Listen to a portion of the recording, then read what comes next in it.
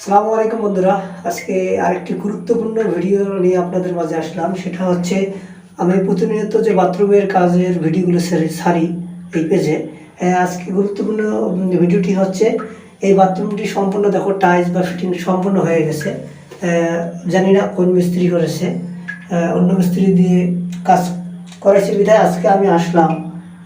ফ্লোরে পানি জমে থাকে বা টাইলস দিয়ে পানি বের হয়, সেজন্য আসে যে সমস্যাটি দেখতে পারলাম সেটা হচ্ছে এইখান থেকে দিয়ে যখন টাইসের ভেতরে পাইপ এখানে চলে গিয়েছে, এখানে লিক করতেছে।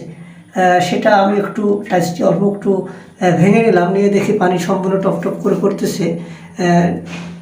আপনাদের একটা বিষয় জানাই, সেটা হচ্ছে আপনারা যে কোনো কাজ করুন না কেন দক্ষ মিস্ত্রি দিয়ে কাজ করাবেন এবং সম্পূর্ণ কাজ নিজে থেকে বা তদারকি করে কাজগুলো নেবেন। কেননা আজ যে বাথরুমটা টাইলস করা হয়ে গেছে, আজ